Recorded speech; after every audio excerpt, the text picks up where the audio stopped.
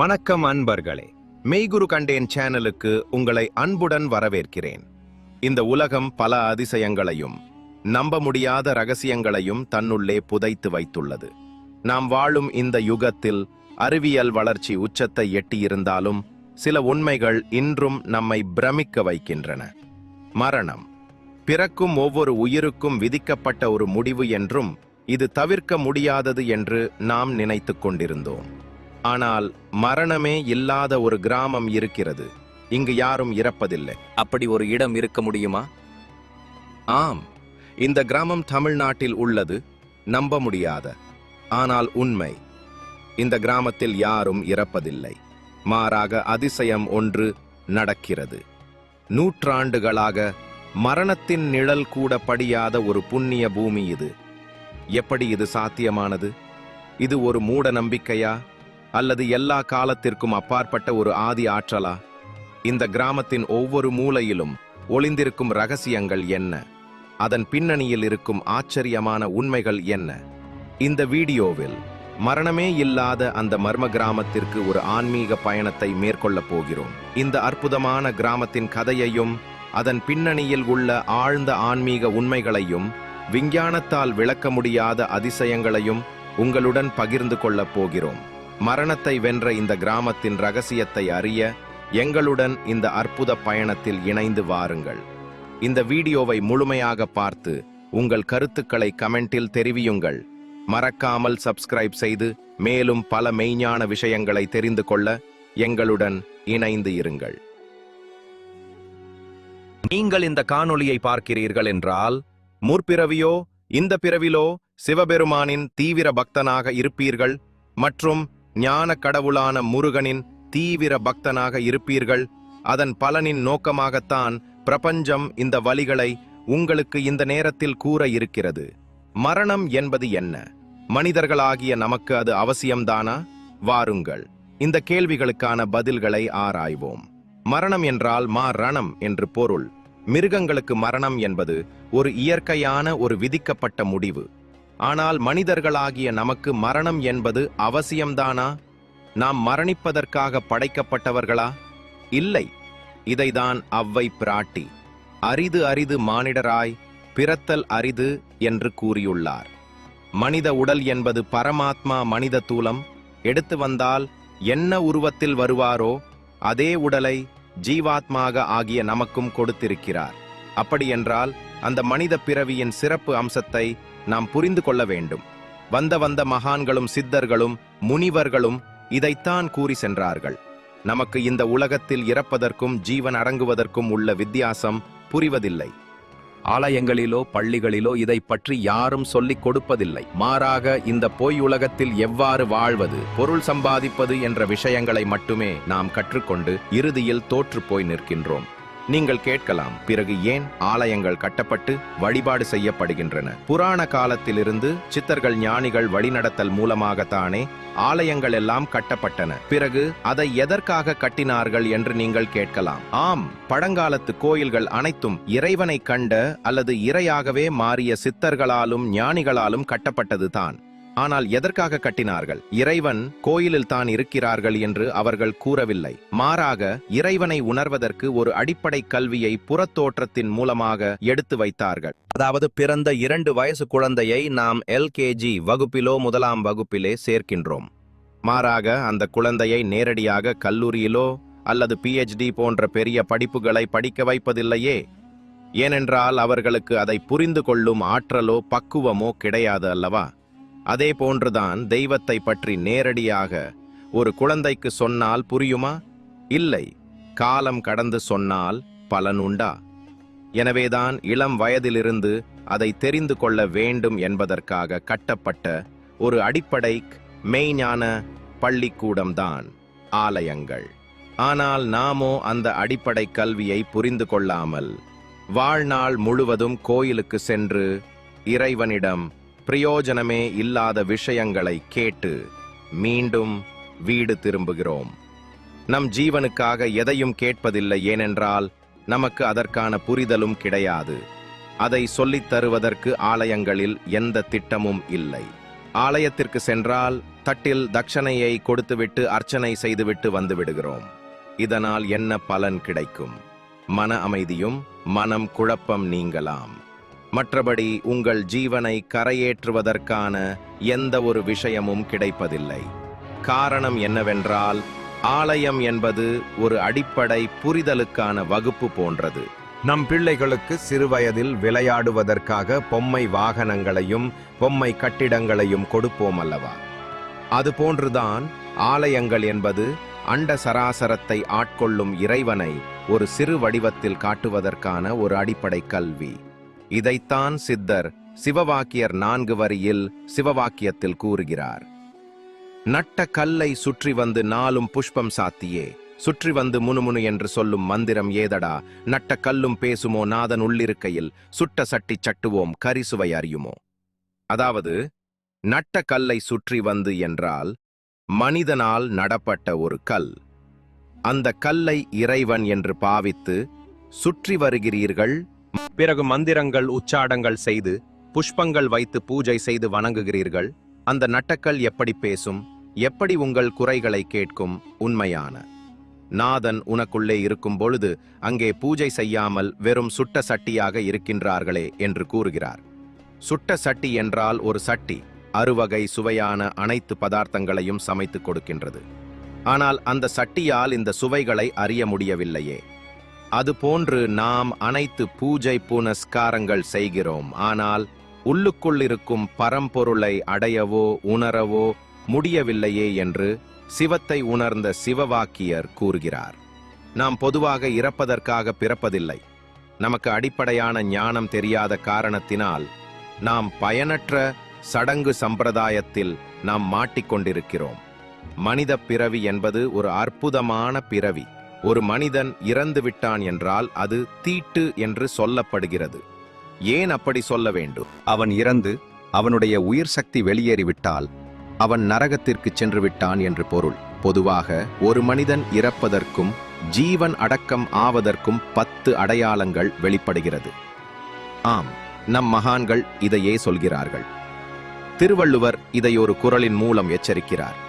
அடக்கம் அமரருள் உய்க்கும், அடங்காமை ஆறிருள் உய்த்துவிடும் என்ற குறளில் மூலம் வெளிப்படுத்தியுள்ளார்.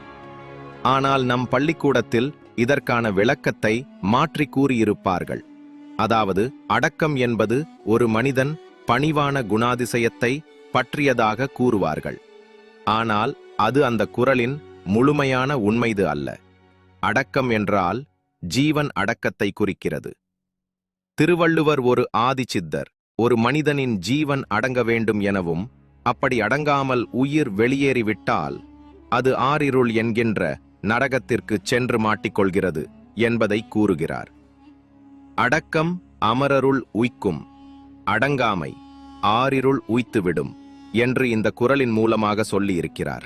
மனித வாழ்வின் உண்மையான நோக்கம் பிறவா நிலையை அடைதல், அதாவது இறைவனை அடைதல். அப்போதுதான் அவன் பிறப்பு இறப்பு என்னும் சக்கரத்தில் இருந்து விடுதலை அடைவான். ஒரு மனிதனின் உயிர் தீட்டாகி வெளியேறக்கூடாது, மாறாக அது அடங்க வேண்டும். அதற்கான செயல்களை செய்வதற்கே மனிதன் இந்த பிறவியை எடுத்து வந்திருக்கிறான். ஆனால் மனிதன் பிறந்து இந்த உலக மாயையில் சிக்கி உலக வாழ்க்கையில் ஈடுபட்டு தன் வாழ்நாள் முழுவதையும் வீணடித்துவிட்டு கடைசியில் யமனிடம் சிக்கிக் கொள்கிறான். இவ்வாறு சிக்காமல் இருப்பதற்கு என்ன வழி? கலிகாலத்தில் நம் ஜீவனை கரை சேர்க்கும் ஒரே வழி ஒரு மெய் குருவிடம் சென்று நாம் சரணாகதி அடைவதுதான். ஒரு மெய்குருவை நாம் கண்டறிவது எப்படி? உண்மையில் ஒரு மெய்குருவை நாம் கண்டறிவதில்லை. ஒரு மெய்குருவே நம்மை தேர்ந்தெடுக்கிறார். பிறகுதான் அதற்கான வழிகள் கிடைக்கிறது. இப்போது இந்த நேரத்தில் இந்த காணொளியை நீங்கள் கேட்கிறீர்கள் என்றால் உங்கள் வாழ்க்கையில் ஒரு திருப்பு முனையாக கூட இருக்கலாம். இது தெய்வத்தின் ஒரு அழைப்பாக கூட இருக்கலாம்.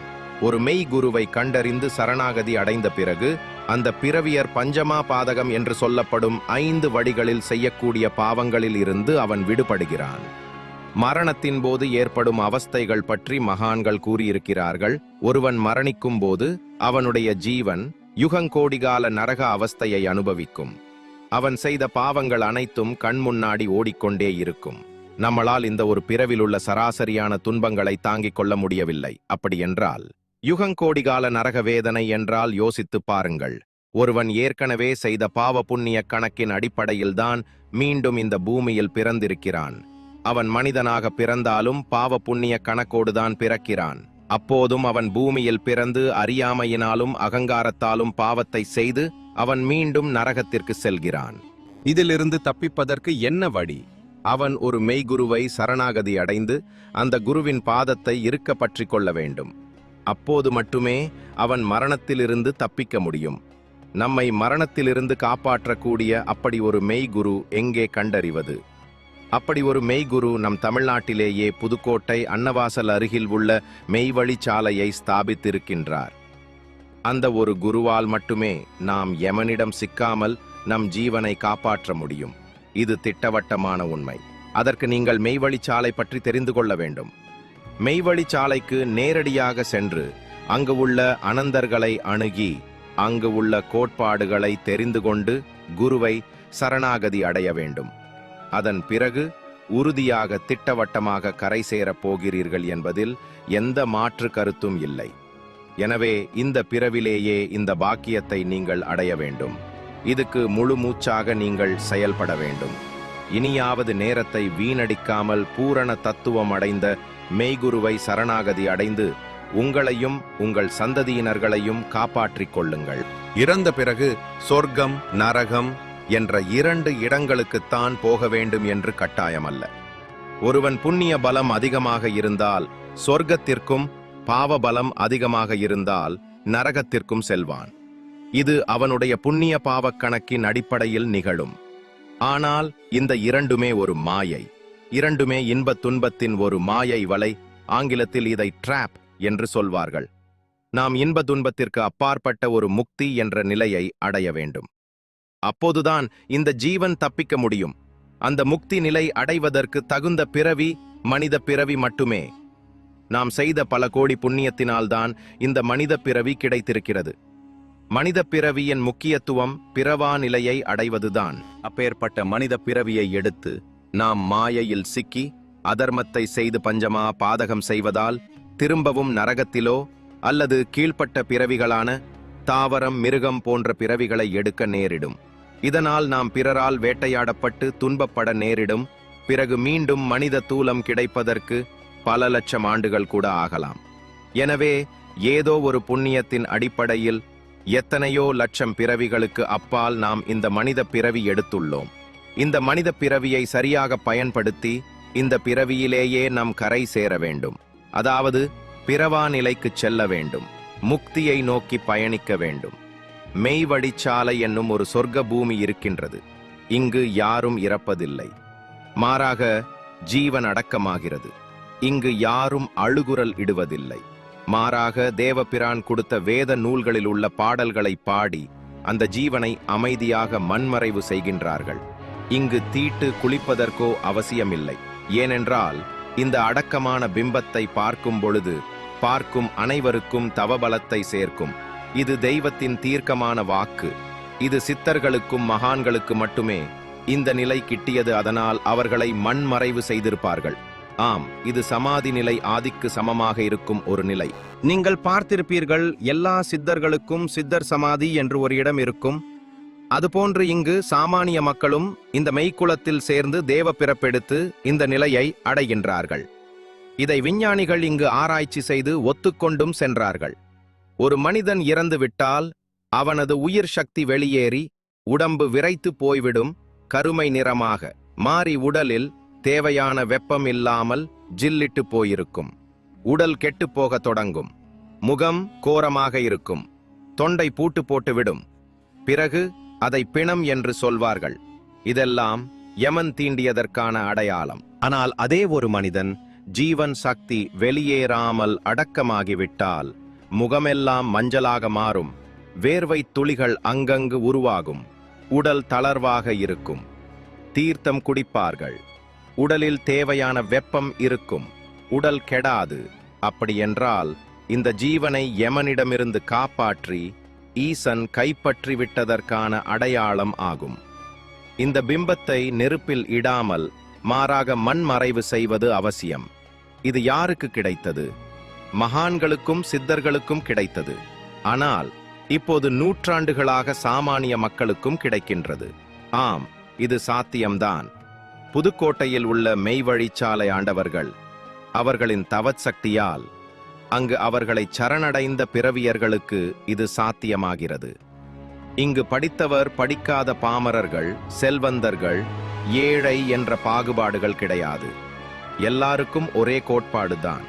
இந்த மெய்வழிச்சாலையில் 69 ஜாதிகள் இணைந்திருக்கின்றார்கள். இங்கு ஜாதி மத வேறுபாடுகள் கிடையாது. இங்கு தமிழகம் மற்றும் பிற மாநிலங்களில் இருந்தும் இங்கு நம் குருபிரானை சரணாகதி அடைந்திருக்கிறார்கள். புத்தர் சாக்ஷாத் அந்த பெருமானின் அவதாரமாகும். அவர் தன்னுடைய தீர்க்க தரிசன நூலில் தென்னிந்தியாவில் ஒரு சிறிய திட்டில் இவ்வாறாக, ஒரு குருபிரான் வந்து ஜீவன்களை கரை தேற்றுவார் என்று திட்டவட்டமாக கூறியிருக்கிறார் புத்தர்.